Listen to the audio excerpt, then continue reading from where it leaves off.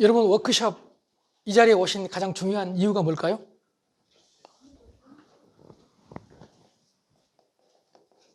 변화하기 위해서죠. 더 나은 방향으로, 더 나은 방향으로 변화하기 위해서. 그래서 더 나은 방향 변화를 위해서 아까 제가 플러스 반응을 말씀을 드렸습니다. 인간은 변화해야 성장합니다. 자, 그런데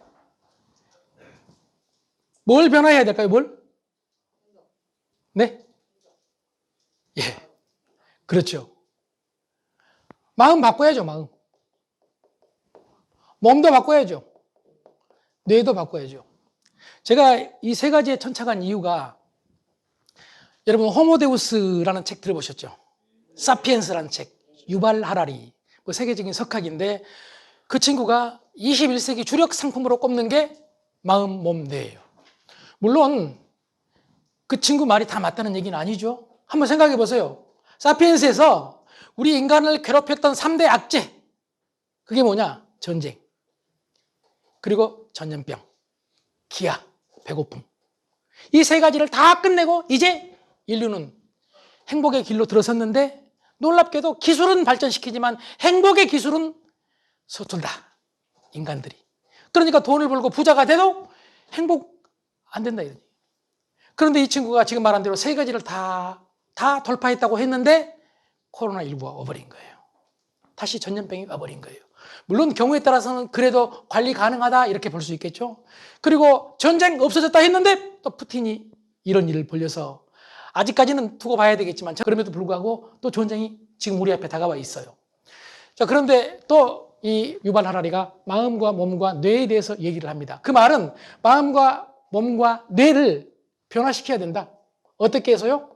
개발해서. 이걸 저는 관리라고 봐요. 우리 마음은 놔두면 될까요? 안 될까요? 마음을 놔둬버리면 안 돼. 놔둬버리면은. 몸을 놔두면 어때요? 몸을 놔두면 안 돼. 동의하십니까? 뇌도 놔두면 안 돼요. 왜 그러느냐? 인간의 본능이요. 원래 게으르거든요. 본성이. 그래서 놔두면 점점 편하고 게으른 쪽으로 빠져버리거든요. 자, 마음을 놔두면 이걸 저는 기분대로 살면 이 말입니다. 기분대로 살면 19세기의 불란서의 철학자 알렌은 이렇게 말합니다. 모든 비관주의는 기분에서 오고 모든 낙천주의는 의지에서 온다. 의지에서 온다. 여기선 비관주의가 오고 여기선 낙천주의가 온다. 낙천적으로 사는 사람은 성격이 원래 그런 게 아니라 의지력을 발휘한 거다 이런 얘기예요. 의지력이 떨어지려고 하면은 아까 말씀드린 대로 좋은 영상, 좋은 책을 보고 자기 스스로 의지력을 끌어올리는 거예요. 자기 스스로. 그런데 기분대로 놔둬버리면 비관주의자가 된다 이런 얘기예요. 여러분 기분은 늘 왔다 갔다 하거든요. 동의하십니까? 기분은 외부 자극에 의해서라든지 놔둬도 늘 왔다 갔다 하기 때문에 그래서 우리 몸은 기분대로 살아서는 안 되고 의지력을 발휘해야 된다. 관리해야 된다. 우리 몸도 마찬가지 여러분 관리해야 된다. 뇌도 마찬가지 관리해야 된다. 뇌에 대해서 요즘 뇌가 몸과 마음을 어차피 연결되어 있으니까 몸, 마음 다 연결되어 있잖아요. 뇌는 세포가 약 1000억 개 정도 됩니다. 뇌의 세포가 1000억 개. 그런데 이 뇌 세포 1000억 개가 점점 증가할까요? 줄어들까요? 줄어들어요. 그래서 20세기까지는 뇌는 반드시 20세 이후로 쇠퇴해야 한다. 뇌 쇠퇴설이 정설이었습니다. 그런데 21세기에 fMRI, 기능성 자기공명 영상장치로 뇌를 연구할 기회가 생겼습니다. 지금 수없이 많은 사람들이 뇌를 연구하고 있죠. 연구 결과 놀랍게도 이 뇌 세포는 줄어드는데 세포와 세포가 연결되는 시냅스 연결은 끊임없이 외부 자극에 의해서 경험에 의해서 노력에 의해서 늘어날 수 있다. 그러니까 나이를 먹어도 얼마든지 뇌를 발전시킬 수 있다. 왜냐하면 이 뇌 세포는 그건 정말 별 볼 일 없는 거다는 얘기죠. 그 세포 연결이 중요하다. 연결이. 이 세포와 세포가 연결되면 이게 시냅스인데 이게 바로 활성화되면 바로 그게 길이라는 얘기예요. 길. 그러니까 뇌도 얼마든지 발전시킬 수 있다. 이 모든 것을 우리는 발전시킬 수 있다. 그래서 핵심은 놔두면 안 되고 관리해야 된다. 동의하십니까? 자, 관리. 이걸 우리는 매니지먼트라고 합니다. 매니지먼트, 관리.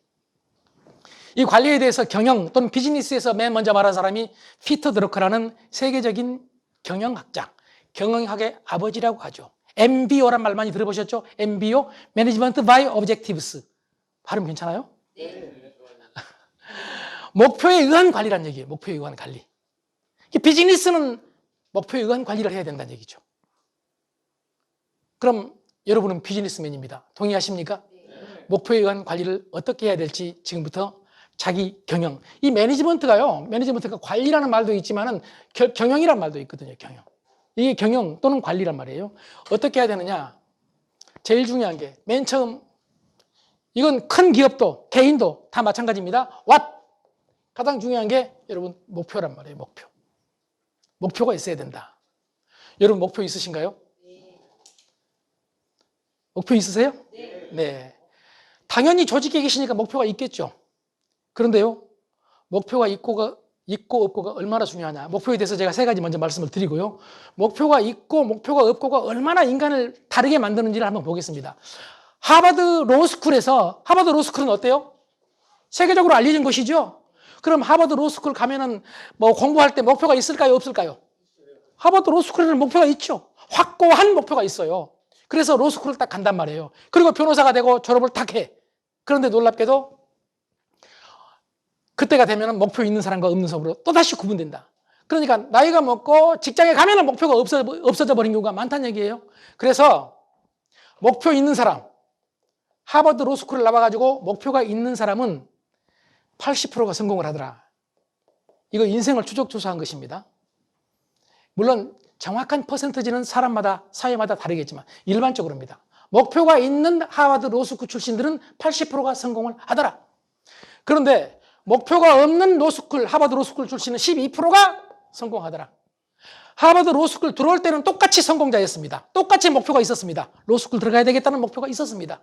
그런데 거기를 딱 졸업하고 나서 사회에 나와서 목표를 가지고 있는 사람과 없는 사람 차이가 이렇게 컸다는 얘기예요. 여러분, 목표를 가지고 계셔야 됩니다. 그런데 저는 늘 이렇게 건방지게 말합니다.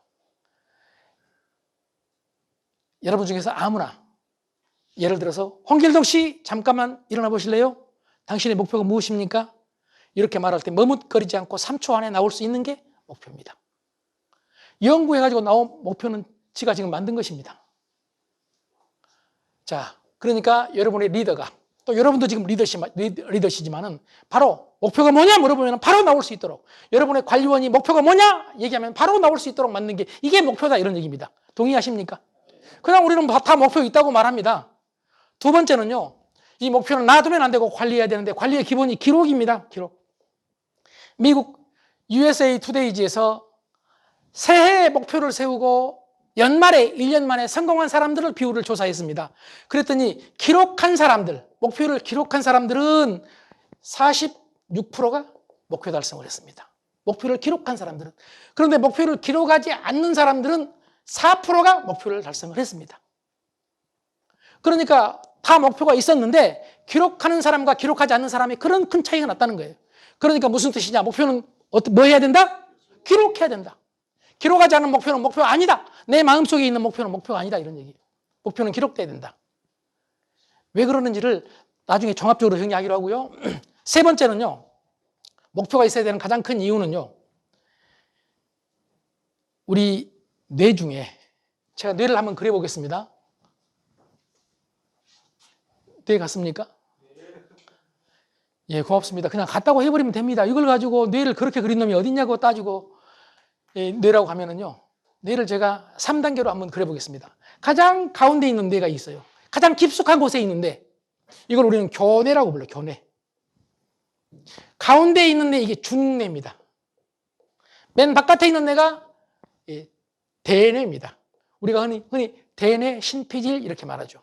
여러분, 뇌라는 놈은요, 우리가 20만 년 동안 석기시대부터 호모사피엔스가 계속 진화해오는 과정에서 그동안의 뇌가, 과거의 뇌를 없애버리고 새로운 뇌를 만든 게 아니에요. 다시 말해서 신도시가 아니다, 이런 얘기입니다. 유럽의 도시처럼 구도시 놔두고 밖으로 계속 집을 지었다는 얘기예요. 여러분 이해하시겠죠? 그러니까 안에 구도시가 있어요, 없어요?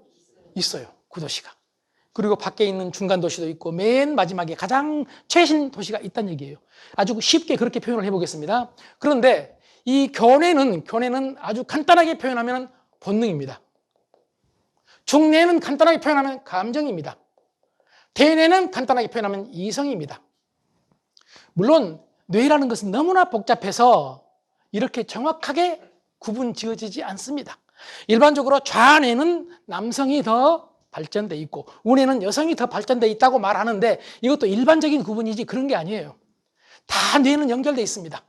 단지 일반적으로 그렇다는 얘기예요. 기억은 어디서 하느냐? 뭐 단기 기억은 해마에서, 그리고 장기 기억은 뇌간으로 간다 이러는데 기억도 마찬가지 주로 그런다는 얘기입니다. 주로 뇌 곳곳에서 기억을 해요. 몸에서도 기억을 해요. 이걸 우리 몸 기억이라고 해요. 손가락 끝도 기억을 해요. 놀랍죠? 우리는 그렇게 정말로 우주보다도 더 놀라운 기적적인 존재죠, 우리 자체 하나가. 그런데 이 본능뇌와 감정뇌를 그냥 합해서 동물도 있는 뇌다 해서 동물뇌라고 내가 한번 불러보겠습니다. 괜찮습니까? 그냥 설명하기 쉽게 불러본 거니까 여러분 개가 감정이 있냐 없냐 잘 모르겠지만 일반적으로 있다고 생각을 해서 동물도 감정이 있기 때문에 이걸 동물뇌라고 한다면은 이 이성, 요걸 우리 인간의 뇌라고 해봅시다. 그럼 우리는 이걸 다 가지고 있어요. 이 본능을 어떤 사람은 파충류뇌라고 해요. 파충류뇌. 감정, 이 교뇌, 중뇌를 구포유류뇌라고 해요. 그리고 이 마지막에 이성을 신포유류뇌라고 해요. 자, 파충류뇌는 현재밖에 없어. 현재밖에. 그래, 현재밖에 모르는 놈은 파충류 같은 놈이라고 그러잖아요. 네? 과거도 생각 안 하고 미래도 생각 안 하고 오직 지금 쾌락에만 몰두하는 사람을 파충류라고 부르잖아요. 그런다고 하면 파충류. 이게 파충류예요, 파충류. 그 다음에 구포유류는 예를 들어서 소 같은 동물을 우리 포유류라고 부르잖아요.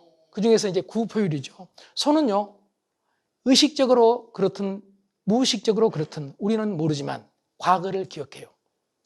그래서 저는 시골 촌놈처럼 생겼죠. 대답해도 됩니다. 이걸 또 아름답게 대답해 주시려고 노력하지만 제가 옛날 시골에서 풀을 한번 먹여본 적이 있어요. 그때 많이는 안 했는데 저는 뭐 아버지가 공무원이셔가지고 그래서 가끔 그러면 소는 지금 기억하면 그래. 소는 풀을 뜯어 이렇게 풀을 뜯다가 어떤 경우에는 하면서 안 먹어 풀을. 참 묘하죠. 소가 못 먹는 풀이 있어요. 놀라운 사실입니다. 그걸 가려냅니다. 소는. 그게 진화의 힘입니다. 자기 조상들 중에서 그 풀을 먹고 설사를 했든지 몸에 이상이 있었든지 죽었다. 그래서 이건 먹지 말도록 프로그램이 돼 있다. 여러분, 동물들은요 프로그램이 돼 있어요. 그래서 제가 늘 얘기할 때 많이 먹는 놈 보고 돼지 같은 놈 이런 말 하지 말라고 합니다. 절대로 돼지는 우리 인간처럼 많이 안 먹습니다. 돼지 모욕입니다. 돼지는 위에 80%가 차면 안 먹도록 프로그램이 돼 있어요. 우리 인간은 100% 차고도 공짜면 먹어요. 여러분 술 먹을 때 120% 차도 먹는 놈 있습니까? 없습니까? 그래서 인간한테는 하드웨어만 있고 소프트웨어는 네가 알아서 만들어라. 프로그램은 지가 프로그램 만든 거예요. 이게 자기 개발이에요. 이게 자기 관리예요. 여러분 돼지는 그런 걱정 안 해도 돼. 학은 위에 20%가 차면 안 먹도록 프로그램 돼 있어요. 그래서 세상에서 아직까지 결정된, 아직까지 확실히 밝혀진 장수의 가장 핵심 원칙이 소식이잖아요. 그래서 학은 오래 산다라는 말이 있을 정도로 동물은 이래요. 그러니까 소는 진화 과정에서 생존을 위해서 프로그램이 된 겁니다. 이 풀은 못 먹도록. 과거는 기억을 해. 그런데 소가 미래를 계획한 경우 봤어요? 소가? 미래는 몰라. 이게 구포유류예요. 그런데 이 신포유류는요, 과거도 기억하고 현재도 중요하지만 미래를 기억해요. 미래를. 이게 인간만이 가지고 있다는 얘기예요. 이게 인간을 지구의 지배자로 만들었던 가장 중요한 요인이라고 말할 수도 있다. 저는 그렇게 봅니다. 그러니까 미래를 기획한다. 미래를. 지금 목표는 미래입니까? 과거입니까? 현재입니까? 미래잖아요. 미래를 여러분 상상을 해서 미래를 설계해서 미래를 만든 거예요. 미래를 만들었어요. 코엘료 누구죠? 연금술사. 이럴 때는 좀 도와주셔도 되는데. 파울로 맞나요? 네. 연금술사에 보면 이런 얘기 있어요. 인간은 자신의 미래를 향해서 삶을 살아간다. 자신의 미래를 위해서. 내가 미래를 A라고 결정해 놓으면요, A로 가는 길을 따라가. B라고 결정을 해 놓으면요, B라고 가는 결정을. 내가 미래 의사가 되겠다. 그럼 의학 공부를 해야죠. 동의하십니까? 내가 미래 돈을 많이 벌어야 되겠다. 돈 많이 벌 길을 가야죠. 벌 짓을 해야죠. 일은 안 하면서 돈 많이 바라면 안 되죠. 그래서 자신의 미래를 향해서 삶을 살아가는 것이 인간이란 얘기. 그 자신의 미래를 눈에 보이게 만든 게 목표거든요. 그런데 여기 지금 제가 신포유류가 미래를 생각한다고 했는데 이 신포유류 그중에서 이 대뇌의 가장 핵심이 전두엽이잖아요. 전두엽. 이 전두엽 중에서도 맨 앞에 있는 부분을 전전두엽이라고 불러요. 이 전전두엽에 놀라운 기획센터라는 게 있어요. 기획센터는 뭐냐?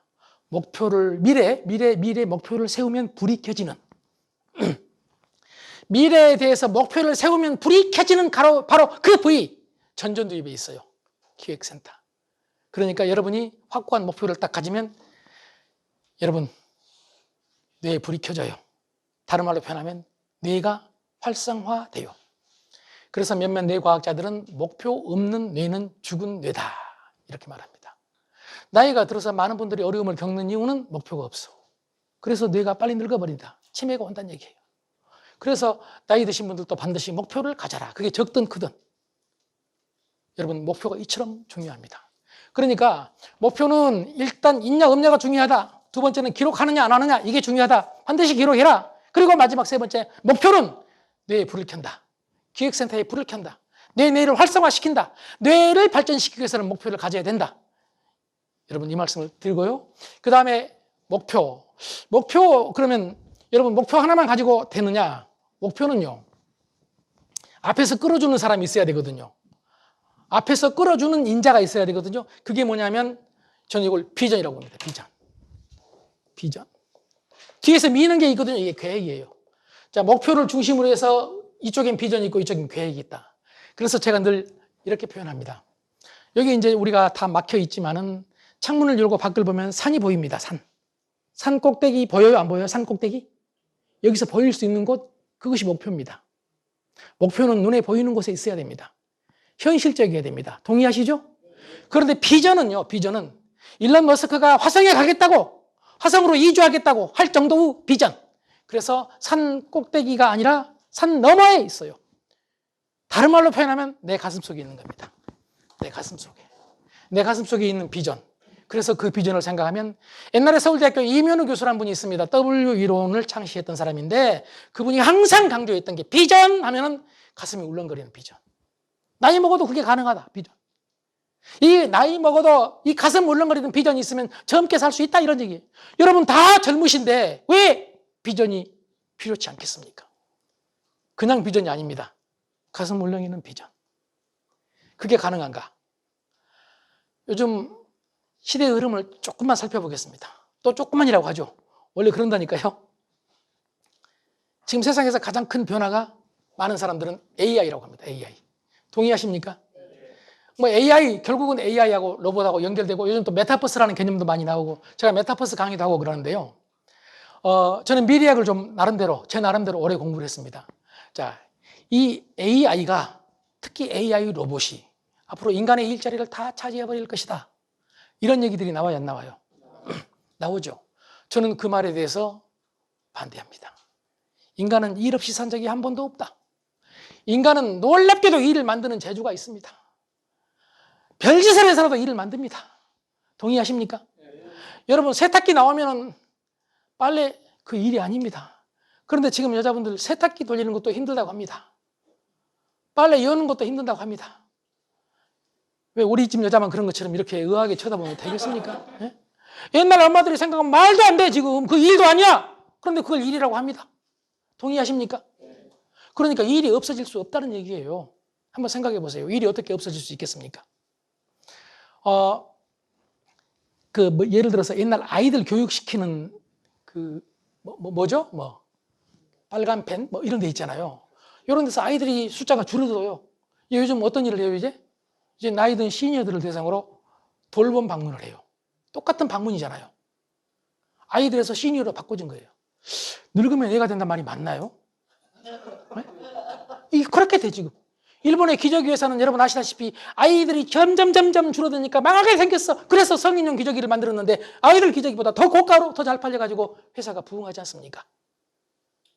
보험, 미래 무궁무진합니다. 왜 무궁무진한가 보세요. 우선 AI가 시대가 되면 어떻게 해야 되느냐? 첫째,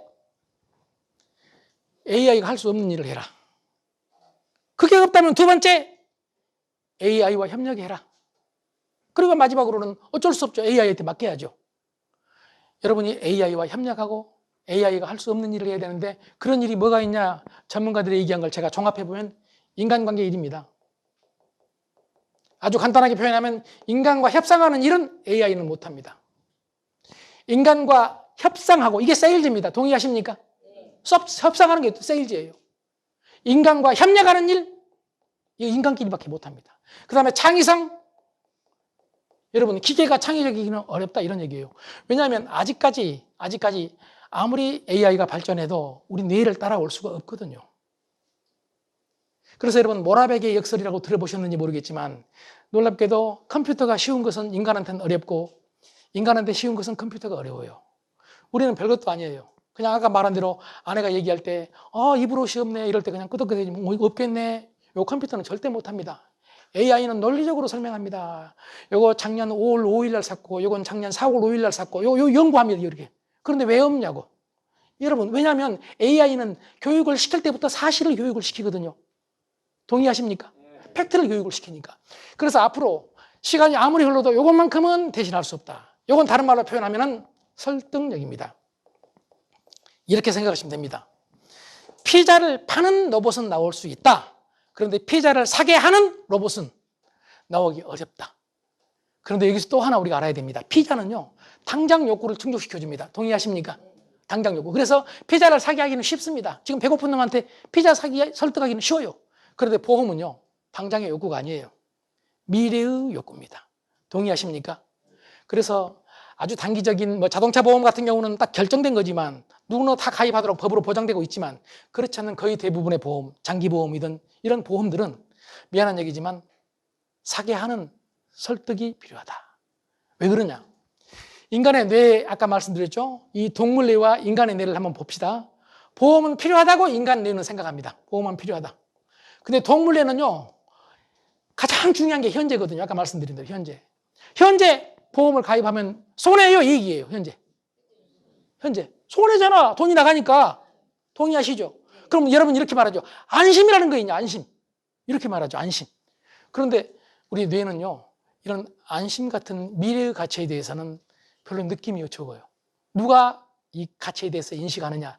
이성, 즉 대뇌 심피질이 전두엽이 이해를 해요. 그런데 무슨 문제가 있느냐 하면 제가 이걸 동물뇌라고 말했습니다. 인간의 뇌하고 이 인간의 뇌하고 동물뇌 중에서 어떤 놈이 힘이 세겠습니까? 동물뇌. 그러니까 동물뇌가 힘이 아주 쉽게 표현합니다. 5배 셉니다. 5배. 동물뇌가 이깁니다.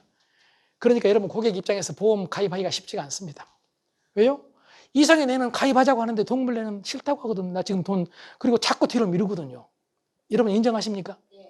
여러분 오늘 내가 이 사람한테 찾아가야 되겠다. 오늘 일을 해야 되겠다. 이것도 마찬가지입니다. 일을 해야 되겠다. 이건 이성뇌예요. 인간뇌예요. 그런데 내일 가고 싶다. 어쩐지 오늘 피하고 싶다. 현재 쾌락을 원한다. 이건 동물뇌거든요. 그런데 이 동물뇌가 5배 세기 때문에 뒤로 미루는 거예요. 여러분 인정하시겠습니까? 다 모든 것이 뇌 때문이에요. 모든 것이. 이게 지금 뇌과학이 발전하면서 밝혀진 과학적 사실이에요. 그러니까 인간의 뇌가 상대의 동물뇌를 관리하기가 쉽냐 어렵냐? 어렵다. 동의하십니까? 그래서 영업이 어렵다. 그럼 어떻게 해야 되느냐? 상대의 동물뇌를 내 편으로 만들어야 된다. 그 작업이 중요하다. 그 작업이 저는 이제 하이터치 경영연구원이라고 하는데 하이테크가 아니라 하이터치다. 고접촉이다. 한 번 보고 두 번 보면 자꾸만 보고 싶네. 이 정도는 돼야 돼. 이 정도는. 여러분 보세요. 아마 이 정도는 돼야 되는데 뒤에 분들 안 하잖아 지금. 앞에는 내가 말 안 했는데도 하는 것은 본능적으로 위기의식을 느끼고 있는 거예요 지금. 여러분 바로 그게 하이터치입니다. 한 번 보고 두 번 보면 자꾸만 보고 싶네. 가까이 있는 이웃이 멀리 있는 사촌보다 낫다. 동의하십니까? 여러분이 고객을 만들어서 고객을 여러분의 팬으로 만드는 그 과정에서 하이터치가 필요하다는 얘기예요. 하이터치가. 기술적인 것도 필요하지만은 여러분 고접촉이 필요하다. 그래서 인간적인 교류가 필요하다. 그래서 뭘 만들어야 되느냐? 관계를 만들어야 된다. 관계를. 원래 설득이라는 놈은요, 관계 플러스 메시지거든요. 관계 플러스 메시지예요. 관계가 좋으면 메시지가 통해요, 안 통해요? 통해. 관계가 좋으면 메시지가 통해. 관계 안 좋으면요? 안 통해. 동의하십니까? 그러니까 먼저 관계를 먼저 만들어야 돼. 여러분, 이건 세상의 이치예요. 여러분, 영감만 그런 게 아닙니다. 남자, 여자 사귈 때도 관계를 먼저 만들어야 되겠습니까? 메시지부터 전달해야 되겠습니까? 어떤 놈은 관계가 있지도 않았는데 우리 만나자고, 우리 사귀자고, 어떤 놈은 결혼하자고. 이 눈치코치 없는 놈들이 얼마나 많이 있습니까? 관계를 완전히 만들어 놓고 상대가 마음의 문을 활짝 열었을 때 그때 제안을, 메시지를 보내야죠. 그래서 관계를 만들 때는 감성적인 접근이 필요하고 메시지를 전달할 때는 논리적이고 이성적인 접근이 필요하다. 여러분, 보험 상품에 대한 메시지를 과장한다든지 거짓말을 하면 안 되잖아요. 동의하십니까? 메시지는 정확해야 돼. 메시지는 논리적이고 이성적이어야 돼. 그러나 관계를 맺을 때는 감성적으로 접근해야 된다. 이렇게 생각을 하셨으면 좋겠습니다.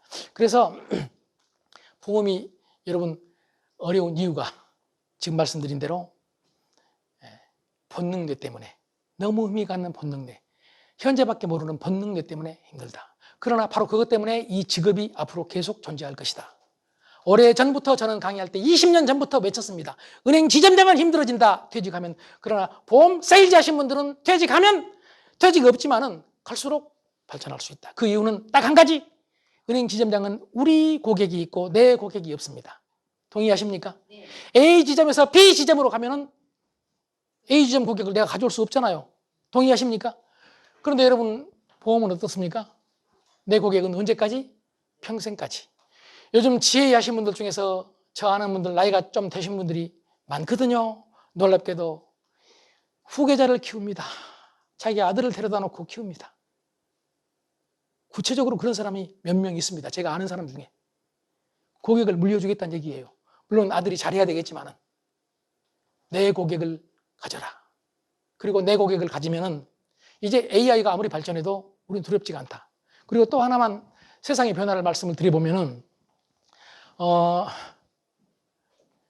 여러분, 오늘 3월 1일자로 김병기 화백께서 타계하셨어요. 들어보셨죠? 예. 그분이 106세입니다. 작년에 105세, 작년 12월에 마지막 전시회를 했습니다. 그분이 옛날에 미국 가서 제가 이름을 정확히 모르겠는데 무슨 이 상황가에 있는 화백한테 물었대요. 상화 씨, 지금 몇 살이야? 저 85세입니다. 아, 좋은 나이다. 좋은 나이다. 그랬답니다. 우리 모두는 좋은 나이에 살고 있습니다. 여러분, 이런 시가 있습니다. 마흔이 되면 세상 망하는 줄 알았다. 세상 끝나는 줄 알았다. 마흔이 되면. 여러분, 마흔 안 되신 분들은 그런 생각 들 때 있죠? 마흔이 되면 세상 끝나는 줄 알았다. 그리고 마흔이 되었는데 슬프게 나는 멀쩡했다. 시운이 되니 그때가 그리 아름다운 나이였다. 예순이 되면 시인이 그러리라. 일흔이 되면 예순이 그러리라. 죽음 앞에서 모든 나이는 결정이다. 모든 나이는 아름답다. 단지 그 아름다움을 몰랐다는 얘기예요. 그런데 여러분, 그 나이가 지금 과거와 다르게 우리의 패러다임을 바꾸고 있습니다. 강호동이 몇 살인지 아십니까? 대략 50, 네, 둘인가 50세인가 됐죠. 유재석이 50, 예, 50. 제가 알기로 40, 만 40입니다. 만 50. 그러면 이제 우리 집 나이로 51세. 그런데 유재석, 강호동 50대가 지금 하고 있는 행동 보세요. 우리 그들을 최고의 엔터테이너라고 부릅니다. 좋아합니다. 또 저 아는 분 얘기 들어보니까 유재석을 참 좋아하더라고요. 그렇게 겸손하답니다. 그런데 그 나이가 50입니다. 옛날 20대 때 했던 일을 지금도 하고 있습니다. 동의하십니까? 옛날 대학교 총장님 나이입니다. 옛날 학교 교장 선생님 나이입니다. 그때 교장 선생님은 웃고 싶어도 웃지도 않았습니다. 우리는 교장은 웃는지 몰랐습니다. 화장실도 안 가는 줄 알았습니다. 그렇게 근엄했습니다. 그런데 50대가 그렇습니다. 저는 나이 33세 결혼했습니다. 노총각이라고 했습니다. 만나는 사람마다 결혼 언제 하냐고 물었습니다. 늦게 했다는 얘기죠. 지금 33세 결혼하면 너 벌써 결혼해? 이렇게 묻습니다. 세상이 바꿔졌습니다. 동의하십니까? 김종국이 아직도 결혼 안 합니다. 김종국이 뿐만이 아닙니다. 여자도 마찬가지입니다. 웬만하면 30, 40 총각 자녀들이 많습니다. 그 이유는 인생이 길어졌기 때문입니다. 여러분, 65세 되면 우리는 노인이라고 부릅니다. 유엔에서 그렇게 규정했습니다. 그런데 2015년에 유엔에서 이제 연령 구분을 좀 바꿨으면 좋겠다라고 각국에 제안했습니다. 그때 18세까지, 17세까지는 청년이다. 그럼 청년이 몇 세부터는 청년이 뭐 청년? 청년은 18세부터 몇 세까지 청년이겠습니까? 네. 제가 아까부터 심상치 않게 봤어요. 네. 보통 분이 아닙니다. 65세. 18세부터 65세까지 청년이다. 유엔에서. 그리고 66세부터 79세까지가 중년이다. 중년. 80세부터 99세까지가 노년이다. 그리고 100세 이상은 장수 노인이다. 이렇게 제안했습니다. 이걸 18세부터 65세까지가 청년이다. 이 말은 무슨 말이냐? 20살 청년도 관리 안 하면 노인처럼 돼버리고 65세 청년도 관리하면 65세 되신 분도 청년처럼 살 수 있는 세상이 됐다는 얘기예요. 이 말 동의하십니까? 여러분, 전부 여러분 청년이십니다. 저도 청년입니다. 청년 마인드 가집시다. 인생이 길어집니다. 여기 젊은 분들 명심하셔야 됩니다. 과거에는요, 정규직 들어가가지고 정규직 60세에 퇴직하고 이게 최고의 길이었습니다. 지금은 정규직 갔다가 60대 퇴직했고 갈 곳 없는 놈들 많습니다. 옛날에는요, 60세 퇴직하고 갈 곳이 없어도 한 10년 살다 갈 곳이 생겼습니다. 어딘지 알죠, 여러분? 그리고 특히 남자인 경우는 60 딱 퇴직을 하면 한 10년 살다 가기 때문에 여자가 들들 안 바꿨습니다. 알기 때문에 얼마 안 남았다는 걸. 그런데 지금 여자들은 압니다. 저놈이 언제 죽을지 몰라. 기본이 30년이야, 기본이. 30년 동안 어떻게 살아? 그래서 자꾸 교육을 합니다, 바꾸라고. 아까 말했잖아요. 남편을 교육을 해, 여자가. 그런데 교육이 안 먹혀. 그래서 뭘 해요? 이혼해요. 이게 황혼이혼이에요. 이게 황혼이혼이에요. 우리 남자들은요, 제 말 듣고 억울할 수 있어요. 그런데 오해하지 마십시오. 남자는 어차피 나이 들어갈수록 여성 호르몬인 에스트로겐이 많이 남아요. 약해져요. 반대로 여자는 나이 들어갈수록 테스토스테론이 나이가 무서워져요. 여러분, 사모님이 좀 무서워지지 않았습니까? 나이가 좀 들어갈수록? 무서워지기만 한 게 아니라 억세집니다. 말도 부드럽지가 않습니다. 그걸 왜 부드럽게 말 안 하냐고 따지는 놈 미래에 없습니다. 원래 그렇게 말을 하는구나 이렇게 생각하세요. 원래 호르몬 때문이구나 이렇게 생각하세요. 호르몬. 여러분, 호르몬이 그렇게 나오니까 그렇게 변하는 겁니다. 같이 노력하지 않으면은요. 같이 노력하지 않으면. 자, 그래서 저는 인생의 길이에 대해서 많은 사람들이 100세 인생 호모 헌드레드라고 하잖아요. 호모 헌드레드라는 말 많이 들어보셨죠? 이게 100세 인생이라는 얘기인데 아까 말씀드린 마음, 몸, 뇌가 21세기의 주력 상품이라고 얘기했던 유발 하라리는 호모 데우스라는 책을 썼어요. 이건 불멸의 인간을 말합니다. 안 죽을 수도 있다. 안 죽을 수도 있다. 인간을 안 죽을 수도 있게 만들기 위해서 실리콘밸리에서 수없이 많은 기업가들과 과학자들이 밤에 잠을 안 자고 연구하고 있습니다. 그놈들은 잠 안 자고 먼저 죽습니다. 우리는 그들이 만든 기술을 향유하면 됩니다. 조용히 있다가. 향유하려면 우리가 뭘 해야 돼? 미래 준비해야지. 130, 140, 150 살리면 여러분 지금 준비해야 되지 않겠습니까? 내 몸 관리도 하세요, 당장. 지금 당장 몸 관리하셔야 되고 마음 관리하셔야 됩니다. 그리고 지금 당장 일을 제대로 해서 미래 충분히 나올 수 있도록 연금 만들어야 됩니다. 저는 연금 신봉자입니다. 유럽에서는요, 일반적으로 나이 든 사람들 사이에서 죽음보다 무서운 게 연금 없이 맞이하는 노후다 이렇게 주장을 합니다. 죽음보다 무서운 게. 단지 이걸 우리는 못 느끼고 있습니다. 그리고 단지 우리는 과거를 보면서 살기 때문에 과거처럼 80에 죽겠지 90에 죽겠지 이런 생각합니다. 여러분, 인간의 나이뿐만 아니라 모든 과학기술의 발전은 이렇게 발전한 적이 한 번도 없습니다. 예를 들어서 평균 수명으로 말하면 70, 71, 70 이렇게 올라간 적이 없습니다. 어느 순간 이렇게 가다가 이렇게 바꿔져 버립니다. 이걸 불연속적 변화 이렇게 말합니다. 과학은 불연속적으로 변화했습니다. 기술도 불연속적으로 변화했습니다. 차근차근 가다가 온 게 아닙니다. 아날로그와 디지털은 전혀 상관이 없어. 불연속입니다. 동의하십니까? 그러니까 우리 인간의 수명이 지금 100세 얘기를 하는데요. 100세, 120세 막 이런 얘기를 하면서 내기를 하고 난리인데 문제가 언제 200세가 돼버릴지도 모른다는 얘기입니다. 이런 허황된 얘기를 한다고 저한테 따지지 말고 실리콘밸리에 따지시기 바랍니다. 실리콘밸리에서 이것을 앞장서서 주도하고 있는 레이 커즈와일, 세계 최고의 두뇌를 가지고 있는 에디슨 이후의 최고의, 에디슨이 아니라 레오나르도 다빈치 이후 최고의 천재, 여러분 레이 커즈와일. 그는 레이먼 커즈와일 또는 레이 커즈와일이라고 부르는데요. 그 사람이 썼던 책이 특이점이 온다. 싱글레러티, 특이점이에요. 특이점. 특이점은 이 지구상에 있는 인간의 지능을 AI가 넘어서는 거예요. 그러면 안 죽을 수도 있다. 그런데 그 사람이 주장하는 안 죽는 때가 약 2045년으로 봐요. 아니, 다 안 죽는다는 얘기가 아니라 그렇게 오래 살 수 있는 가능성이 생긴 게 2045년이다. 그런데 그분이 지금 2045년 되면 나이가 90대 후반이 돼버리거든요. 잘못하면 본인이 먼저 죽게 생겼어요. 그래서 연구를 하면서 그분이 자기가 안 죽기 위해서 애를 쓰고 있는데 일주일에 한 번씩 정맥 주사를 맞고 하루에 150알씩을 자기 스스로 만들어서 영양제를 먹고 있어요. 만약에 그분이 돌아가시면 약 먹다 죽은 거예요. 약 먹다.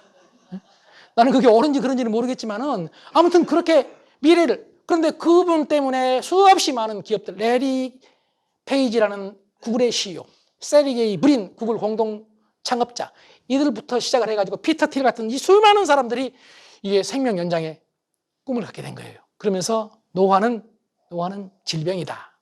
아주 간단한 정의입니다. 노화는 질병이다. 그럼 질병은 고칠 수 있다. 동의하십니까?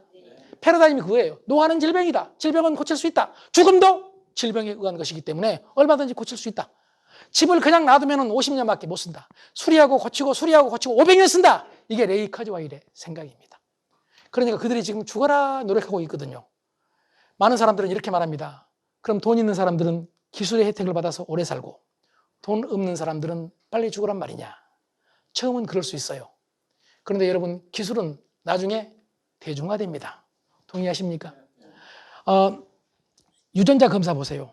유전자 검사 옛날 그 스티브 잡스가 유전자 검사 받을 때 우리 돈으로 1억 달러 들었습니다. 지금 10만 원이면 받을 수 있습니다. 기술이 보편화된다 이런 얘기예요. 무슨 말인지 아시겠죠? 처음에는 오래 사는 기술이 또는 인간을 건강하게 하는 기술이 돈 있는 사람한테만 해당이 되겠죠. 그런데 나중에는 모든 사람한테 해당이 될 수 있다. 그래서 핵심적으로 인간이 수명이 길어진다. 그냥 길어진 게 아니라 우리가 상상할 수 없을 정도로 길어진다. 그래서 저는 더 중요한 게 마음 관리라고 봅니다. 몸 관리하고요.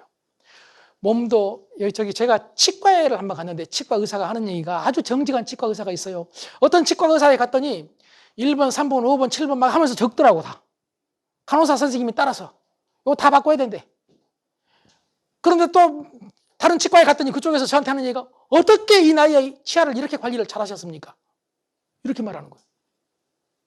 저는 그 뒤로 웬만해서 치과 아무 데나 안 갑니다. 꼭 그쪽만 갑니다. 그런데 그쪽에서요, 이런 주장을 해요. 몸이 가지고 있는 모든 것 최종적으로 최대한 쓰고 나중에 바꿔라. 최대한 쓸 수 있으면 쓰고 나중에 바꿔라. 그럼 뭘 해야 되겠습니까? 몸 관리를 해야 돼. 마음 관리를 해야 돼. 뇌 관리를 해야 돼. 관리하는 제일 좋은 방법은 아까 말했잖아요. 얼굴 펴는 겁니다. 이것처럼 쉬운 방법이 없어요. 근데 이걸 안 펴. 저도 안 펴죠. 저도. 그래서 제가 얼굴 펴라 그러면 많은 사람들이 마음속으로 너나 펴라 이런데, 너나 펴라. 저도 펴려고 애를 쓰는데도 이게 안 펴지거든요. 이게 여러분 쉬운 일이 아니거든요. 얼굴 펴야 됩니다. 긍정적으로 살아야 되니까. 왜냐하면 얼굴 펴고 여기 안 나오거든요. 우리 뇌가요, 이게 얼굴을 폈는데 얼굴 펴면서 욕하는 놈 보신 적 있습니까? 아니, 웃으면서 욕하는 놈 본 적 있어요? 이거 쉽지가 않거든요. 물론 의식적으로 그렇게 할 수는 있겠지만 우리가 하는 행동의 95%는 무의식입니다. 감정입니다. 감정적으로, 무의식적으로, 습관적으로 하는 행동은 웃으면서 욕할 수가 없다는 얘기입니다. 그래서 얼굴을 펴는 거고, 두 번째는 무조건 움직이는 겁니다. 영업은 움직이는 겁니다. 동의하십니까? 게으르지 않고 부지런해야 됩니다. 여러분, WHO에서는요, 의자에 오래 앉아있는 병, 이걸 의자병이라고 해가지고 공식적으로 병으로, 질병으로 인정했습니다. 그런데 가끔 뭐죠? 청약서 말고 그 설계? 요거 한다고 그냥 오전 내내 사무실에 앉아있는 사람 있죠, 가끔. 아니, 그냥 여러분 말고 다른 사람들 중에 보면은 옛날에 제가 보면 그러더라고, 그냥. 그리고 밥 먹고 나가, 밥 먹고 이제. 그런 경우 있어요, 없어요? 어떤 놈은 밥 먹고 나가서도 놀랍게도 고객 만난 게 아니라 자기들끼리 만나, 자기들끼리. 여러분. 그래서 제가 늘 아침 조회는 빨리 끝나야 된다. 그리고 아침 조회는 빨리 끝나고 바로 아침 일찍 나가야 된다. 왜냐하면 인간의 의지력이 가장 강할 때가 10시에서 12시입니다. 나도 강하고 너도 강해요. 그래서 이거 가입해라. 이 설득하는 사람도 이게 제일 쉽고 설득당하기도 제일 쉬울 때가 10시에서 12시예요. 그런데 우리는 10시에서 12시에 사무실에 앉아있는 사람이 있어요, 없어요? 여러분 말고. 있어요, 없어요? 있죠. 망할 짓이에요, 망할 짓. 그렇게 해놓고 일이 안 된다고 하면 되겠습니까? 10시, 12시 시간 잘 활용하시기 바랍니다. 제가 너무 심한 얘기를 했나요? 뭐 관리자 같은 얘기를 해서 미안합니다. 그러나 이거 과학적으로 그렇다는 얘기니까 이해를 좀 해주시고요. 제가 목표 얘기 남아가지고 여기까지 해버렸어요, 지금. 이제 나머지를 어떻게 해야 될지 저도 지금 막막합니다. 자, 목표. 그 다음에 목표를 달성하기 위해서 뭐가 필요하냐? what 다음에 목표 달성의 방법이 필요해요. how. 방법은 두 가지입니다. 첫째, 원리예요. 목표 달성의 원리. 너, 나, 1500년, 2000년 전 사람들, 2000년 후 사람들 누구에게나 보편적인 방법, 다 통하는 방법. 이게 원리예요. 두 번째가 전략입니다. 우리 조직에만 나한테만 맞춰진 방법. 이걸 전략이라고 부릅니다. 그래서 이건 여러분들이 전략을 하실 일이고 원리도 오늘 시간이 좀 그래서요. 넘어가기로 하고요. 그 다음에 실행입니다. 여러분, 아까 제가 JP 모건 얘기했지만 실행이 중요하지 않습니까? 매일매일 기록하고 실행하는 것. 이게 중요합니다. 실행, 그리고 마지막에 평가입니다. 그래서 모든 경영은 what, how, do다. 모든 경영은 이렇게 해야 된다. 평가가 중요하다. 여러분, 평가 받지 않고 성공하신 분 보신 적 있습니까? 평가 없이 성공 없다. 평가 없이 성과 없다. 이게 피터 드러커의 견해입니다. 피터 드러커 아까 제가 말씀드렸죠? 세계적인 경영학자, 경영사상가, 경영학의 아버지. 목표에 의한 관리를 주장을 했는데 평가 또한 마찬가지다. 평가 없으면 목표 없다 이러니. 평가 없으면 성과 없다는 얘기예요. 그래서 여러분 평가 받는 것 고맙게 생각하셔야 됩니다. 그래서 제일 좋은 방법은 평가를 즐겨라. 이렇게 말씀을 한번 드려보겠습니다.